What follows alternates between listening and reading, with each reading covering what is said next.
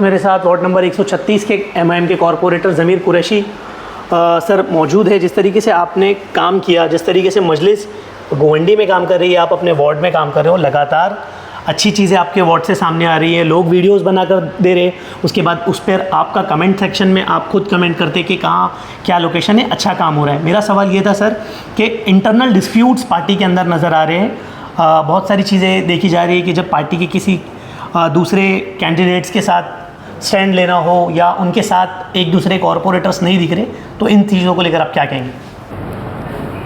देखिए, ऐसा नहीं है कि कोई किसी को सपोर्ट नहीं कर रहा है और कोई किसी के साथ नहीं है। हर चीज़ को देखने का नज़रिया अलग अलग होता है। हो सकता है कि शायद किसी को ऐसा दिख रहा हो, लेकिन असल में ऐसा है नहीं। एमआईएम पार्टी के सारे नगर सेवक एक दूसरे के साथ है, एक दूसरे के लिए है, और साथ में हम सब प्लानिंग करके गोवंडी को किस तरह से डेवलपमेंट की तरफ लेके जाया जाए, उसके लिए बराबर हमारी मीटिंग्स होती है। और देखिए, एमआईएम पार्टी जो गोवंडी में फ़र्स्ट टाइम आई है, और आप देखेंगे कि हमारे जितने भी नगर सेवक हैं सब पढ़े लिखे और सब जिम्मेदार है। क्या होता है, एक बहुत पुराना एक साम्राज्य, एक राज्य, एक राजा या एक बोलते हैं ना, एक किसी का किला अगर आप ढहाते हो तो इतने जल्दी आसानी से आपको सरवाइव करने नहीं देंगे लोग। कंटिन्यूसली पीछे से अपोजिशन पार्टीज़ का दबाव भी रहता है। और क्या होता है, जब आप नगर सेवक बन जाते हो तो लोगों की एक्सेप्टेशन भी आपसे बढ़ जाती है।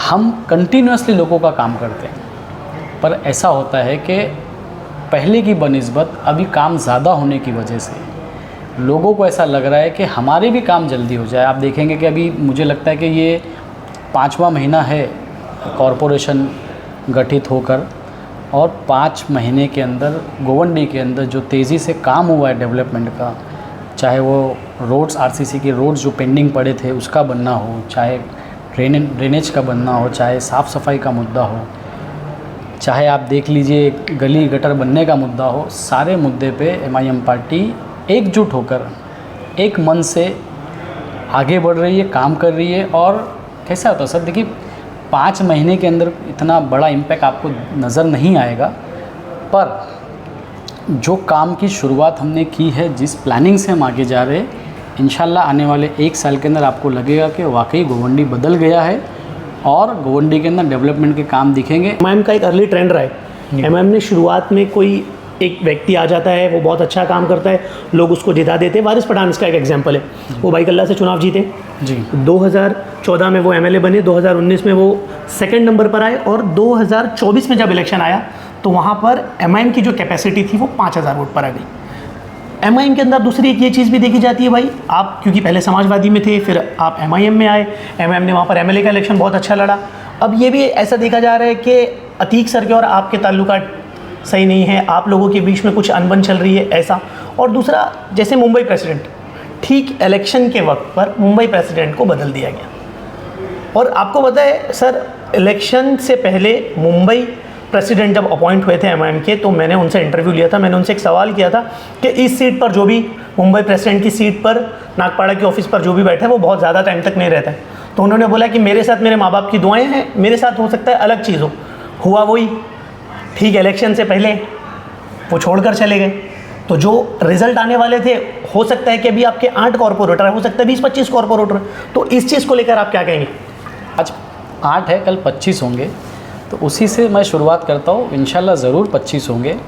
और देखिए, एमआईएम पार्टी एक मजलिस है, और मजलिस में जो भी मजलिस के जो फैसले लेने हैं कि आगे किस तरह से इसका जो स्ट्रक्चर है, इसके जो पार्टी प्रेसिडेंट है, इसके जो लोग हैं, जो गठित करने की जिम्मेदारी है ना, वो मजलिस के जो हमारे कायद है जनाब असदुद्दीन अवैसी साहब, वो बलाला साहब और अकबर साहब, यही उनके फ़ैसले लेंगे। कॉरपोरेटर लोगों की सेवा करने के लिए है, पर जो बॉडी है, जो पार्टी की बॉडी है, वो पार्टी की बॉडी डिसाइड करने का काम ऊपर के है। और आपने हमारे जो लीडर है वारिस पठान साहब, आप देखते होंगे कि वारिस पठान साहब कंटिन्यूसली मुंबई के, महाराष्ट्र के और पूरे इंडिया के जो ऐसे मसले हैं जिस पे लोग बोलने से डरते हैं। अच्छा बोलते हैं भाई, लेकिन अभी असेंबली में नहीं है ना। देखिए कितने लोग असेंबली में जो अच्छा नहीं बोलते, नहीं टैलेंटेड लोग आप जैसे जो कॉरपोरेशन में। देखिए सबसे ज़रूरी चीज़ है बोलना। आप देखेंगे कि बोलना ही सबसे बड़ी चीज़ है। आज कितने मुस्लिम एमएलएज ऐसे हैं जो है लेकिन वो बोल नहीं पाते, वो सरकार के ख़िलाफ़ नहीं बोल पाते। आज अल्लाह वारिस पठान साहब को और ताकत दे, ऊपर वाला हमारे कायद जनाब असद साहब को और ताकत दे, हमारे लीडर अकबर साहब को ताकत दे, बलाला साहब को ताकत दे, जो कंटिन्यूसली ऐसे मुद्दे पे बात कर रहे हैं, ऐसे मुद्दे पे काम कर रहे हैं जो दूसरे पार्टी के और एमएलएज, मुस्लिम एमएलएज बोलने से कतराते, डरते। असद ओवैसी साहब कंटिन्यूसली ऐसी बात करते हैं जो बात मुस्लिम समाज के हित की है, और सिर्फ वो मुस्लिम समाज की नहीं, वो दबे कुचले पिछड़े हर उस व्यक्ति की बात करते हैं जो व्यक्ति को हिंदुस्तान में, हमारे देश में निगलेक्ट किया जा रहा है, उसे दबाया जा रहा है, उसके मौलिक अधिकारियों का हनन किया जा रहा है। और आप देखिए एमआईएम पार्टी वैसे ही पार्टी, वही लोगों की पार्टी है जो लोगों को प्रताड़ित किया जाता है, दबे कुचले लोगों की पार्टी है। ये सिर्फ मुसलमानों की पार्टी नहीं है, ये हर उस व्यक्ति की पार्टी है जिस पे जुल्म होता है, जिसके ज़्यादती होती है, जिसके हक को मारा जाता है। और आज पूरे महाराष्ट्र में एमआईएम पार्टी की जो ताकत है वो बड़ी है, और इंशाल्लाह आपकी दुआ रही तो आगे और इसकी ताकत बढ़ेगी। और हम चाहते हैं कि वारिस पठान साहब आने वाले समय में एमएलए बने, हम सब उनके साथ हैं।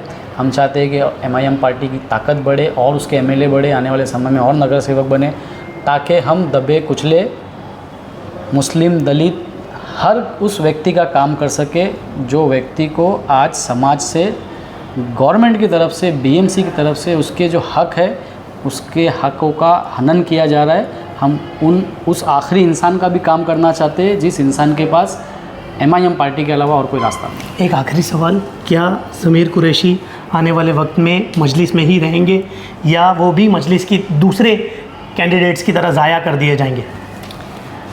देखिए मजलिस ने बहुत बड़ा एहसान किया है मुझ पर। जनाब असदुद्दीन ओवैसी साहब का बहुत बड़ा एहसान है, अकबर ओवैसी साहब का, बलाला साहब का, इन सब का बहुत बड़ा एहसान है। हम मजलिस के साथ ही रहेंगे इंशाअल्लाह, पार्टी का जो डिसीज़न रहेगा उसके साथ रहेंगे। और जब भी इंसान की जो एक्सेप्टेशन है वो बढ़ नहीं जाती है, तब तक उसके अंदर तब्दीली नहीं आती है। हमारी जो एक्सेप्टेशन थी उससे ज़्यादा पार्टी ने हमें इज़्ज़त दी है। मैं सिर्फ कॉरपोरेटर बनना चाहता था, लेकिन आज आप देखते हैं कि आज पूरे मुंबई में स्टैंडिंग कमेटी के द्वारा पूरे मुंबई की हम बात उठाते हैं, पूरे मुंबई के मसले पे बात करते हैं। और आज हाउस में जिस तरह से आज हमें बोलने का मौका मेयर ने दिया, जिस तरह से हमने आज मुंबई की सारी बातों के ऊपर ज़ोरदार आवाज़ उठाई, अगर मजलिस साथ नहीं देती तो आज ये सब नहीं होता। इस वक्त हमारे साथ गोवंडी के एक उभरते हुए सितारे ज़मीर कुरैशी सर मौजूद थे। खबरों के लिए जुड़े रहे हिंदुस्तान डेली। कैमरामैन असद के साथ मैं फवाद।